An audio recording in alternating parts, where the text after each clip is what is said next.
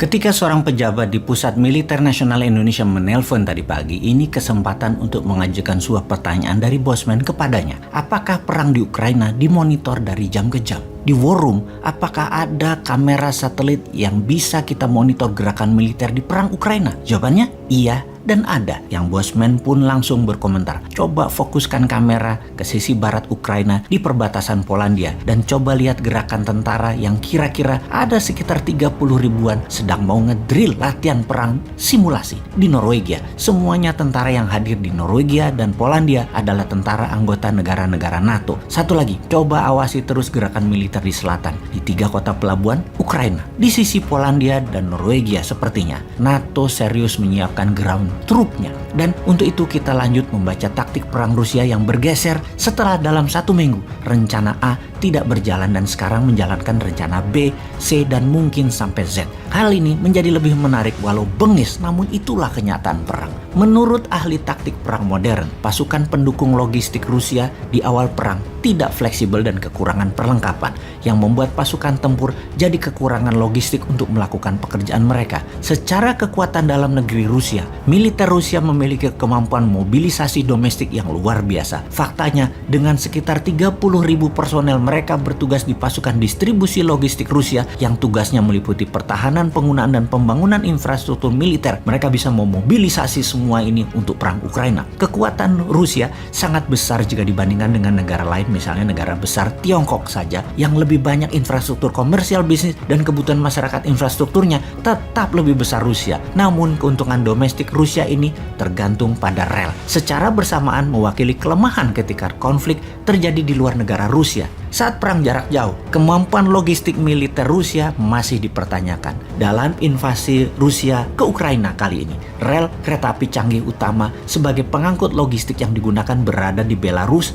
dan di Rusia. Jadi, untuk pasukan lebih lanjut ke Ukraina harus menggunakan truk. Ternyata Rusia tidak cukup truk. Disinilah bottleneck pertama dari logistik Rusia. Dari kereta api yang datang, banyak pindah ke truk. Kendaraannya kurang. Kita lanjut perubahan strategi yang jitu oleh Rusia kemudian. Inilah dinamisnya perang. Pada angkatan bersenjata Rusia, unit organisasi terbesar dari pasukan darat mereka biasanya didukung oleh 1 brigade dukungan material teknis pada dasarnya. Pasukan pendukung logistik mereka, masing-masing brigade ini terdiri dari 1.000 personil yang mengoperasikan 408 kendaraan pengangkut yang mampu mengangkut 1.870 ton kargo. Ini ternyata agak belum memadai pada saat awal peperangan Ukraina. Menurut pensiunan Letnan Kolonel Alek Versinin, pakar permodelan dan simulasi konflik militer pasukan Rusia, di bawah konfigurasi mereka saat ini, tentara darat Rusia sama sekali tidak mampu mendukung pertempuran lebih dari 90 mil atau 145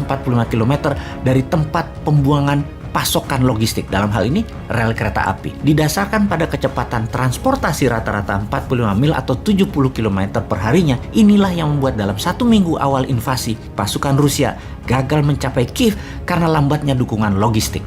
Selagi memperbaiki sistem logistik, Rusia merubah taktiknya sekarang dengan memperbanyak tembakan menggunakan artileri roket. Ini bukan roket menembak RPG tentunya yang digendong di pundak. Ini peluncur roket besar di atas truk atau di atas tank yang memerlukan pasukan pendukung logistik juga. Selain makanan, amunisi, dan bahan bakar, karena setiap roket memerlukan truk khusus untuk diangkut ke peluncur. Ini yang difokuskan oleh Rusia sekarang. Rusia kemudian menambah strateginya, yaitu bumi hangus ala Aleppo, Suriah. Strategi bumi hangus, serangan bertubi-tubi ke kota strategis agar menimbulkan efek trauma dan Zelensky menyerah, agaknya mulai menunjukkan efek positif bagi Rusia. Salah satunya mengakibatkan eksodus besar-besaran ke arah barat warga Ukraina. Masih sekitar fakta lapangan menunjukkan bahwa ketika pasukan Rusia menyerang, seharusnya pasukan Rusia dapat beroperasi secara mandiri tanpa dukungan logistik selama sekitar 3 atau 5 hari. Namun faktanya sekarang ternyata tidak lebih dari 2 hari sudah berantakan dan ditarik ke garis pertahanan. Di sisi Ukraina, pasokan pangan didapat dengan bantuan masyarakat dan bunker pangan yang sudah disiapkan jauh-jauh hari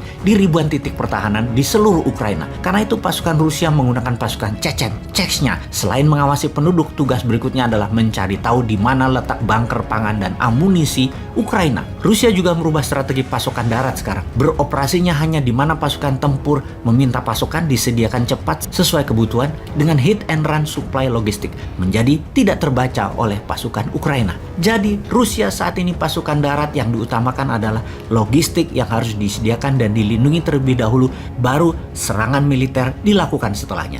Untuk itu Ukraina juga tahu satu-satunya faktor yang dapat mengatasi masalah logistik ini adalah waktu. Makanya Ukraina bertahan total selama mungkin agar Rusia kehabisan cadangan pangan, amunisi, dan logistiknya. Karena kalau Rusia tidak merubah strategi logistiknya, militer Rusia diduga tidak memiliki kemampuan untuk perang lebih panjang dari 2 bulan. Sungguh, apa yang telah dilakukan pada hari-hari awal invasi Rusia ke Ukraina menentukan titik lemah kekuatan militer Rusia, atau mungkin menunjukkan bahwa titik lemah militer Soviet masih ada di tentara Rusia. Yang jelas di lapangan setiap saat bergeser, dianalisa, tidak ada rumus pasti.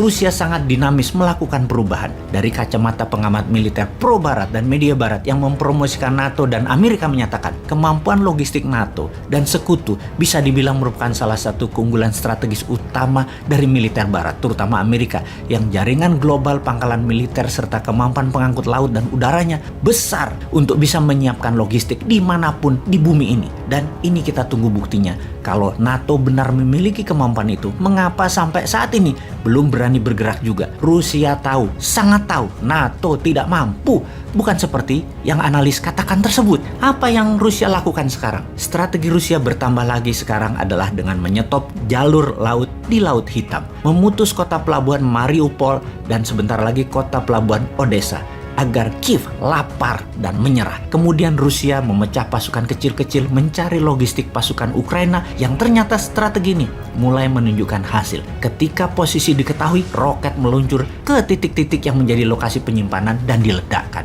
Intinya, pasukan Rusia sudah semakin mendekati Kiev. Sudah 3,4 juta warga Ukraina mengungsi ke luar negeri, yang terbanyak di Polandia yang sudah menampung 2 juta pengungsi lebih. Dalam perjalanan mereka yang bergerak pindah, sudah lebih 8 juta warga yang dalam 3 minggu ke depan bisa 7 juta warga Ukraina ke luar negara mereka bermigrasi. Negara sekitar sudah mulai gerah. Ada 10.000 pasukan NATO di sekitaran perbatasan dengan wilayah pengungsian dan terus bertambah. Ditambah banyak negara dunia yang saat ini terkesan melawan hegemoni. Salah satunya India. India membeli minyak Rusia sekarang. Kalau Indonesia, bagaimana sih strateginya?